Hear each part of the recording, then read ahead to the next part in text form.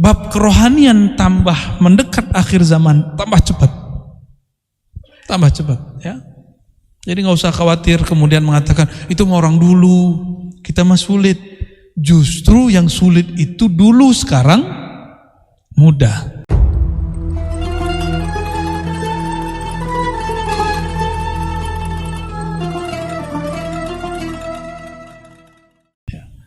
Di Hikam ada kalimat cara supaya kita bisa mengalami Isra rohani. Kalau Nabi SAW Isra Mi'rajnya udah pasti ruh dan jasad. Ini disebutkan di tafsir As-Sawi. Apa kata beliau? Kalau menurutmu bisa sampai kepada Allah, dimi'rajkan kepada Allah itu setelah kamu betul-betul bersih, setelah kamu betul-betul tidak ada lagi cacat di batinmu, la tasil ilaihi abada, kamu tidak akan pernah mi'raj rohanimu. Jadi kalau mitologi tentang tasawuf ini enggak kita berantas, orang-orang akan enggak ada yang bertasawuf. Kalau kamu bertasawuf ntar lupa dunia loh. Lu gimana mau ngelupain dunia? Masih makan, masih minum, masih kawin, ya kan? Nggak mungkin. Semakin orang bertasawuf dunia ngejar dia, bukan dia ngejar dunia. Nah, tapi ciri-ciri orang-orang yang dia cinta kepada Allah bukan dunia, dia melepas yang dia punya itu gampang. Kalau ada dia berbagi, kalau nggak ada ya dia bersabar. Nih, udah bisa begitu belum? Saya lagi belajar begitu. Kalau ada berbagi, jangan nunggu berbagi pas udah kaya. Kapan antum bakal jadi benar-benar kaya?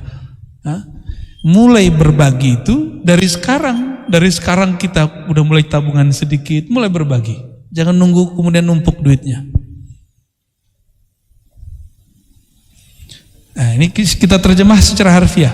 Seandainya ada mitologi tentang tasawuf bahwa orang tidak usul kepada Allah illa tidak bisa mi'raj rohaninya kecuali ba'da fana'i masawik, setelah habis semua kesalahanmu, enggak akan ada lagi dosa, ente jadi orang suci dunia akhirat. Begitu?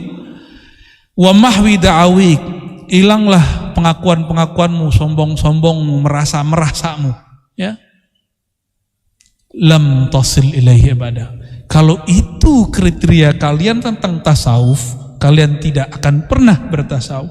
Kalau itu kriteria kalian tentang thariqah, tentang wusul, tentang sampai kesadaran bertuhan, bermi'raj rohani kepada Allah, maka kalian tidak akan pernah mencapainya. Ya.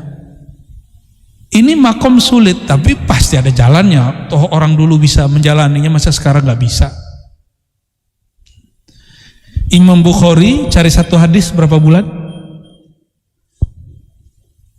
Berapa bulan Imam Bukhari cari satu hadis?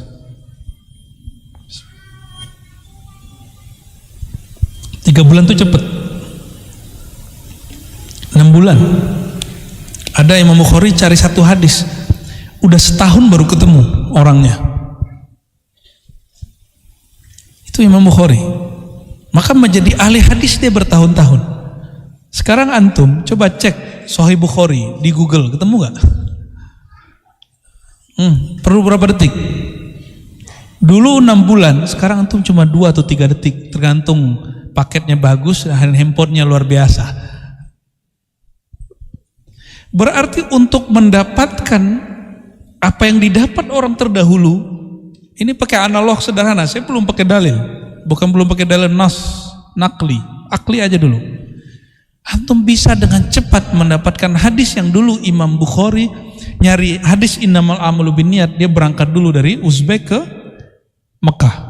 Antum bisa bayangkan 3-4 bulan.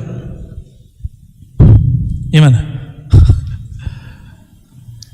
Jika satu ilmu dahulu sekarang dapatnya sebentar, maka tenang aja, pengalaman rohani, ilmu-ilmu kerohanian juga begitu.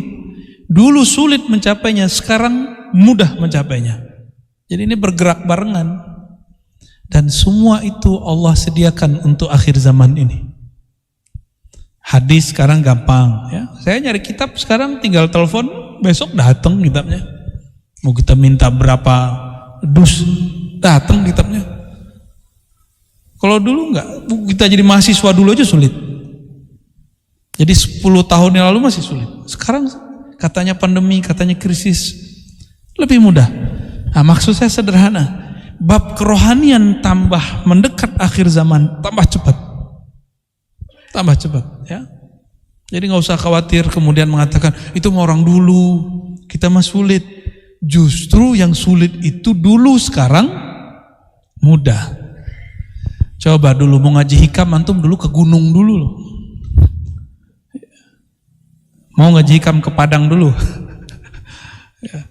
Saya dulu ngaji hikam di Padang, Pak. Dan bolos-bolos sekolah. Tiap hari Jumat kita bolos. Maka saya ngaji hikam itu keputus-putus.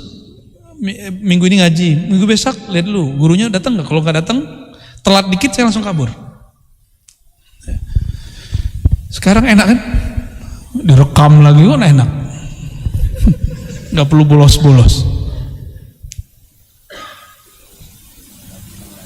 Diulang-ulang, enak bener antum ya.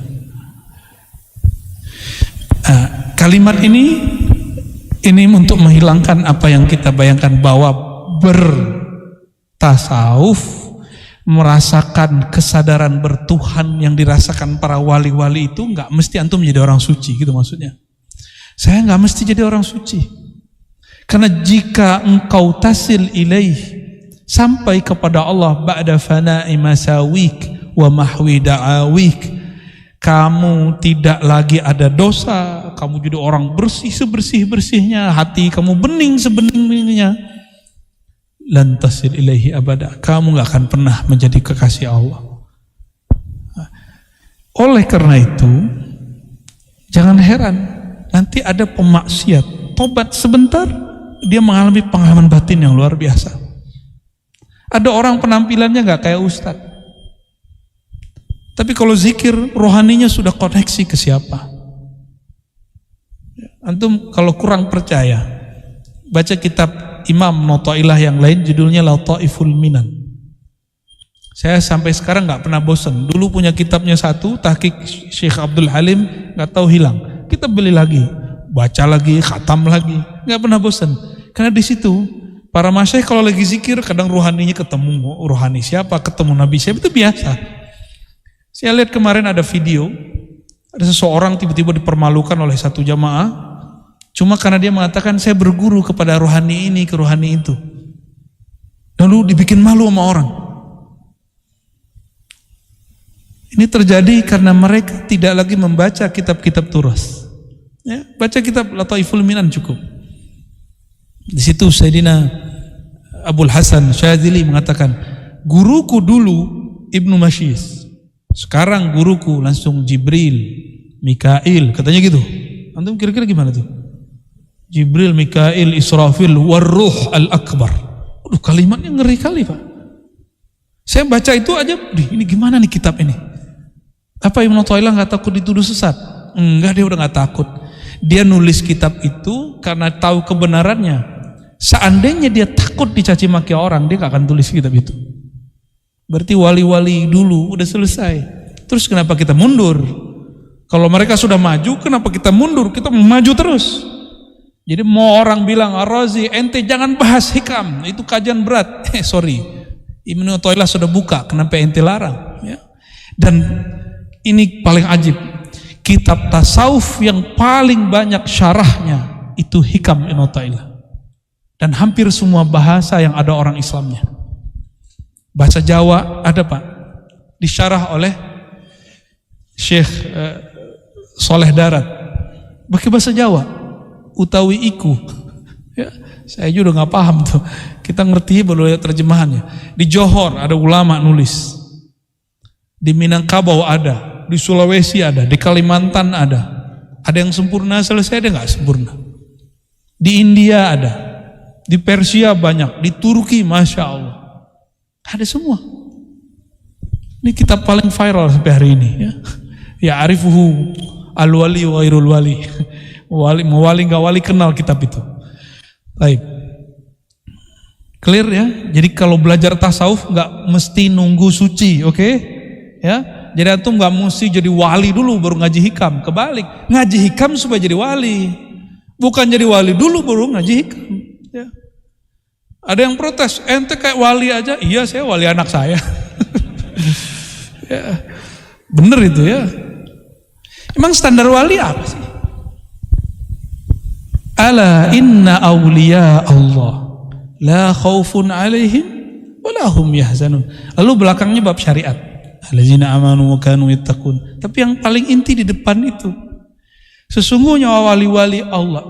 Jadi kalau orang-orang kebanyakan melihatnya itu la khaufun alaihim wa la hum yahzanun.